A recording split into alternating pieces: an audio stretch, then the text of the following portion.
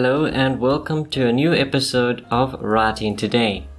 For this episode, I'm going to be doing another book review, this time of Empire of Sand by Robert Ryan. As with the first one, I am still new to book reviews and I don't know if my format is up to snuff. If you have any advice or tips to give on reviewing books, please do leave me a comment below. Otherwise, I'll continue to review books this way. I feel it covers all bases without giving away any spoilers. With that said, let's begin. Normally, I try to avoid political thrillers, but I make an exception for stories on wartime exploits. Empire of Sand follows Thomas Edward Lawrence, a British intelligence officer, aka Lawrence of Arabia, and Harold Quinn, a British agent.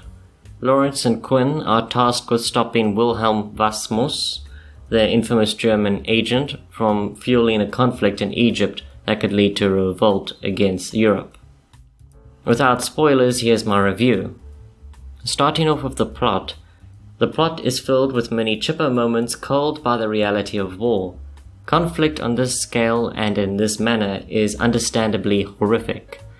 There were many short, sharp scenes that had my heartbeat spark at the thought. Despite their brevity, their impact set the scene and established the tense political atmosphere. With its many ups and downs, the story keeps you wondering what will happen next. After all, it's usually in the quiet moments when everything seems to be going up that you are immediately brought back down to earth. Something I truly admire in stories such as these. While it seems like a steady decline in the first half as the antagonist has the upper hand, the second half establishes hope and excitement with the introduction of Quinn, the British agent who works side by side with Lawrence in this adventure. As for my thoughts on the story as a whole, I found it more than worthy of the first read and deserving of a second read in the future. It's one of the feelings I wish I had about every book I read, but it's rare that I do. The story kept me invested, kept me guessing, and always splendidly surprised me with what happened next. It's grim, but a satisfying story that any reader interested in wartime adventures can enjoy. And now for the character overviews. The story does an excellent job of making the characters believable and compelling. From the bad to the good, Robert Ryan does an excellent job of making you feel the right emotions. No character is so plain and uninteresting. Each has their shining moments which help them stand out, and their faults which make them human. Now, I won't mention other characters aside from Lawrence, Quinn, and Wasmus, as they are the real focus of the story. Lawrence and Quinn are human characters in times of war. Cool and calm at the best of times, but even they are ruled by their emotions when cruel times present themselves. After all, people aren't so simple. Lawrence, being the most present, quickly wins favor over Quinn, but of course he does. Before Quinn enters the story, Lawrence demonstrates himself as intelligent, likable, and heroic. Despite not being at the front lines, Lawrence and those around him are in constant danger. Personally, I have only heard of Lawrence of Arabia. I have not watched the movie or read any books concerning him. Despite that, I knew that he was a good man doing good things, so I did have some expectations that needed to be met. Lawrence more than met these expectations, proving to be an astounding protagonist to follow. As for Quinn, his character is more cold and conflicted. He battles with himself as much as he battled with the enemy. A character that is prone to anger and frustration, but pushes it aside when a job needs to be done. For that reason, Quinn is enjoyable to read and a necessary addition to the story. With Lawrence being a brilliant mind and tactician, Quinn is the cool agent pulling the trigger. As for Wasmus, a truly ominous character from the very first mention of his name.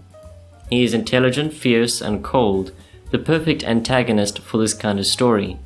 Robert Ryan does an excellent job of keeping the character out of sight in the first part, unless it's necessary for him to be there. It added to the mystery surrounding him, which is essential for both his character and the plot. He becomes more present in the second half, but I won't say much more than that. He proves himself to be a true adversary, that much I can say. And now the writing overview. The writing style is one I do enjoy. Simple descriptions, no fluff. It's not too often I read a story set in such times that isn't padded. While Robert Ryan certainly throws wartime facts around, which most are lost on me, he ensures it doesn't drag on or bring the story down. In addition to saving time and paper, the style keeps the reader focused on important characters and information. It keeps the reader present, feeling the suspense or the light moments that dot the book. At no point do you feel disconnected. You are there, feeling anxiety in the dark moments or elation in the bright moments. Chapters are also short, making for faster pacing and an easier read, as the focus shifts between characters, especially in the first part. I prefer this structure as switching between characters throughout a single chapter can make for a dense, unenjoyable read. And some of my final thoughts on the book. I didn't know what to expect getting into Empire of Sand. At first, I thought I'd be treated to something less realistic and more light-hearted. The introduction gave this impression, so to much surprise, I was given my first dose of reality. Quickly adjusting, I found myself enjoying the dark nature. Characters experience loss and terror on several occasions. As for the gunfights, they are few and far between. It's not a story of action, but of cunning in Cairo. It made the moments when good triumphed over evil all that more satisfying and enjoyable. It's a careful balance that Robert Ryan maintains. Finally, it is not a story for the faint of heart, but neither is war. There are scenes that I won't forget too quickly, which is a tribute to Ryan's writing. I enjoyed the book immensely, and even now, when writing a review as a writer, I struggle to find any negatives. On that note, this review of Empire of Sand by Robert Ryan has come to an end. It's a book I thoroughly recommend, especially to readers who enjoy these kinds of stories of espionage during wartime. As always, you can read this blog post on my website, thepennedsleuth.com. And if you enjoyed this review, please be sure to like and subscribe. With that, I'll see you in the next episode of Writing Today. Good day, good night, and happy reading.